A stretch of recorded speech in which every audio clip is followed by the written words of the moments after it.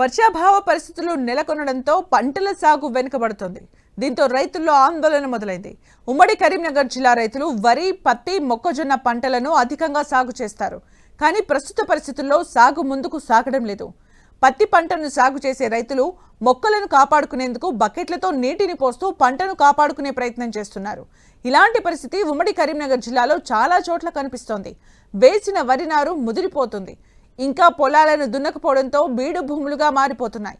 ఉమ్మడి జిల్లాలో 10 లక్షల ఎకరాలకు పైగా పంటలు సాగవుతుంటాయి. అయితే కాళేశ్వరం ఎత్తిపోతలు నిలిచిపోవడంతో సాగునీటి కటకటా మొదలైంది. భూగర్భ జలాలు అడుగంటిపోవడం, వ్యవసాయ బావుల్లో నీళ్లు లేకపోవడం, ఎల్లంపల్లి, మిడ్ మానేరు, లోయర్ మానేరు జలాశయాల్లో నీటి మట్టం డెడ్ స్టోరేజ్కి చేరుకున్నాయి. దీంతో వానాకాలం పంటలను సాగు చేయాలంటే రైతులకు కష్టంగా మారింది. ఉమ్మడి కరీంనగర్ జిల్లాలో వ్యవసాయ సాగు కష్టాలపై పూర్తి సమాచారం మా ప్రతినిధి సతీష్ అందిస్తారు. సాగుబడి వెనుకబడింది. సాగునీరు అందక రైతులంతా కూడా ఆందోళన చెందుతున్నారు. ఎల్నినో ప్రభావంతో వర్షాభావ పరిస్థితి నెలకొనడంతో రైతులంతా కూడా సాగు ఎలా ముందుకు తీసుకెళ్లాలనే ఆలోచనలో పడ్డారు. ప్రస్తుతం అయితే సాగునీరు అందక విత్తనాలు నాటినటువంటి రైతులు ఆ మొలకెత్తినటువంటి నారును కాపాడుకునేటువంటి ప్రయత్నం చేస్తున్నారు. మనం చూడవచ్చు, పత్తి నారు కొంత దాదాపు 20 రోజులు అవుతుంది ఈ పత్తి నారు వేసి. వర్షాలు లేకపోవడంతో ఆ పత్తి నారును కాపాడుకునేందుకు వారంతా కూడా ఆ మొక్కలకు నీటిని అందిస్తూ ఈ రకంగా నీటిని అందిస్తూ కాపాడుకునేటువంటి ప్రయత్నం చేస్తున్నారు. ఉమ్మడి కరీంనగర్ జిల్లా వ్యాప్తంగా దాదాపు రైతులంతా కూడా వర్షాలు లేక చాలా ఇబ్బందులు పడుతున్నారు. ఈ ఉమ్మడి జిల్లాలో దాదాపు పెద్ద ఎత్తున వరి సాగు అవుతుంది. ఈసారి వరి సాగు కూడా పెద్ద ఎత్తున సాగలేదు. కేవలం బావులు ఉన్నటువంటి రైతులు మాత్రమే వరి పంటను సాగు చేస్తున్నారు. మిగతా రైతులంతా కూడా వర్షాల కోసం ఎదురు చూస్తున్నారు. వరద కాలువల ద్వారా కావచ్చు, చెరువుల ద్వారా కావచ్చు, ఆ భూములంతా కూడా పెద్ద ఎత్తున సాగు అవుతాయి. ప్రస్తుతం అయితే ఇటు జలాశయాల్లో కూడా నీరంతా కూడా అడగంటిపోయిన పరిస్థితి. ప్రస్తుతం నాకు అందుబాటులో రైతు ఉన్నారు. ఒక రైతుతో మాట్లాడించే ప్రయత్నం చేస్తాం. సాగు ముందుకు సాగే పరిస్థితి ఉందా? ఎట్లాంటి పరిస్థితి ఉంది అసలు? ఈ సంవత్సరం ముందస్తు వర్షాలు వస్తాయని చెప్పి మేము ఆశించి ఎండాకాలంలో దుక్కులు తయారు చేసి పెట్టుకున్నాము. కాబట్టి ఈ సంవత్సరం వాతావరణ శాఖ వాళ్ళు కూడా ముందస్తుగా వర్షాలు వస్తాయి అని నాకు ఋతుపవనాలు కూడా వచ్చేసినాయి. కర్ణాటకకు జూన్ 1నే వచ్చినాయి అని చెప్తే మేము విత్తనాలు తయారు చేసుకొని దుక్కులు తయారు చేసుకొని ఎదురు చూసుకుంటూ ఉన్నాం. పోయిన సంవత్సరం మేము జూన్ 20 తారీఖు మేము పత్తి నాటినాం. ఇప్పటికీ నెల రోజుల పత్తి అయిపోయింది. దాని తర్వాత మళ్ళీ తీసి మేము మొక్కజొన్న వేసుకునేటి వాళ్ళం. ఈ సంవత్సరము 2 నెలలు వెనకకు పోయింది. ఇప్పుడు ఇది చిన్నగా ఉన్నాయి మొక్కలు. వర్షం పడితేనేమో దక్కుతుంది, లేకపోతే ఎండిపోతుంది.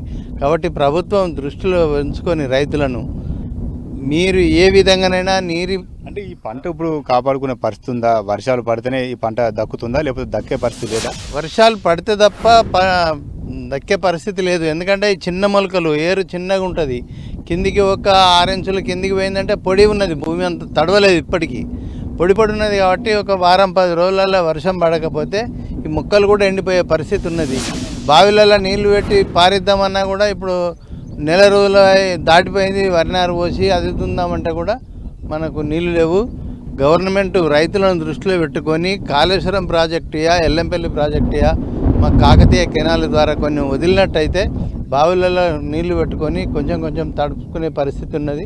రైతులంతా ఈ రకంగా ఆవేదన వ్యక్తం చేస్తున్నారు. ప్రస్తుతం వేసినటువంటి పత్తి ఏదైతే ఉందో ఇప్పటికీ 2 పర్యాలు ఈ పత్తిని నాటుకోవడం జరిగింది. వారంతా కూడా నీరు లేకపోవడంతో అదంతా భూమిలోనే పోవాల్సిన పరిస్థితి నెలకొంది. మనం ఒకసారి నేను వరి పొలాలను కూడా చూపించేటువంటి ప్రయత్నం చేస్తాను. కనుచూపు మేరలో ఎక్కడ కూడా రైతులు ఇంతవరకు ఈ వరి అనేది సాగు చేయలేదు. తమ పొలాలని కనీసం దున్నుకోని పరిస్థితి. వారి కేవలం వరి నారు వేశారు. ఆ వరి నారు నాటాలంటే మాత్రం ఖచ్చితంగా పొలాల్లో నీటి తడి ఉండాల్సిందే. ప్రస్తుతం అయితే ఆ నీటి తడి కనిపించకపోవడంతో ఎక్కడ కూడా రైతులంతా కూడా నేను చూపించేటువంటి ఈ ప్రాంతం అంతా కూడా పూర్తిగా వరి సాగు చేస్తారు. ఇక్కడ కేవలం ఒక నారుమడి మాత్రం ఒక రైతు సాగు సిద్ధం చేసుకున్నాడు. అది కూడా ముదిరిపోతున్న పరిస్థితి. ప్రస్తుతం అయితే చాలా చోట్ల కూడా ఇట్లా పంటలన్నీ కూడా బీడు భూములుగా ఉన్నాయి. ఏదైతే గత సీజన్తో పోలిస్తే ఈ సీజన్లో వర్షాభావ పరిస్థితి నెలకొన్న నేపథ్యంలో పంటలన్నీ కూడా ప్రస్తుతం అయితే సాగు చేసే పరిస్థితి అని చెప్పి రైతులు ఆందోళన చెందుతున్నారు. మరొకవైపు వేసినటువంటి పంటలను కాపాడుకునేందుకు రైతులంతా కూడా ముప్పు తిప్పలు పడుతున్నటువంటి పరిస్థితి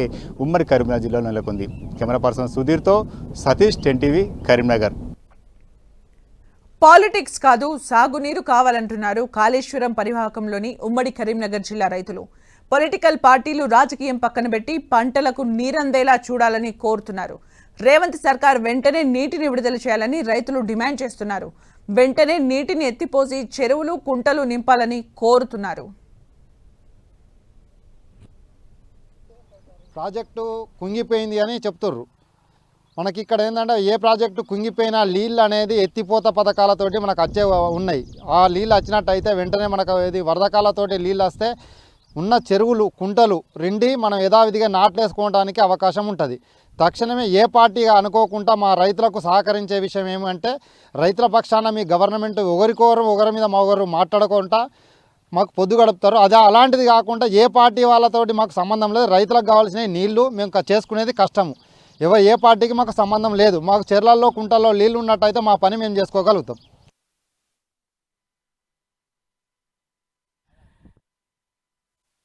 వర్షాలు ఈసారి ఎల్లిలో అని గవర్నమెంట్ ముందుగానే అనౌన్స్మెంట్ చేసిన తర్వాత గవర్నమెంట్ ఏం చేయాలి, ముందు జాగ్రత్త తీసుకోవాలి. దానికి అనుగుణంగా గవర్నమెంట్ ఇప్పటికీ నెల కాలం అయింది. గవర్నమెంట్ దానికి ముందస్తు నిర్ణయం తీసుకోలేదు. మహారాష్ట్రలో వర్షాలు కురుస్తున్నాయి, గోదావరి వరద లేదంటారు.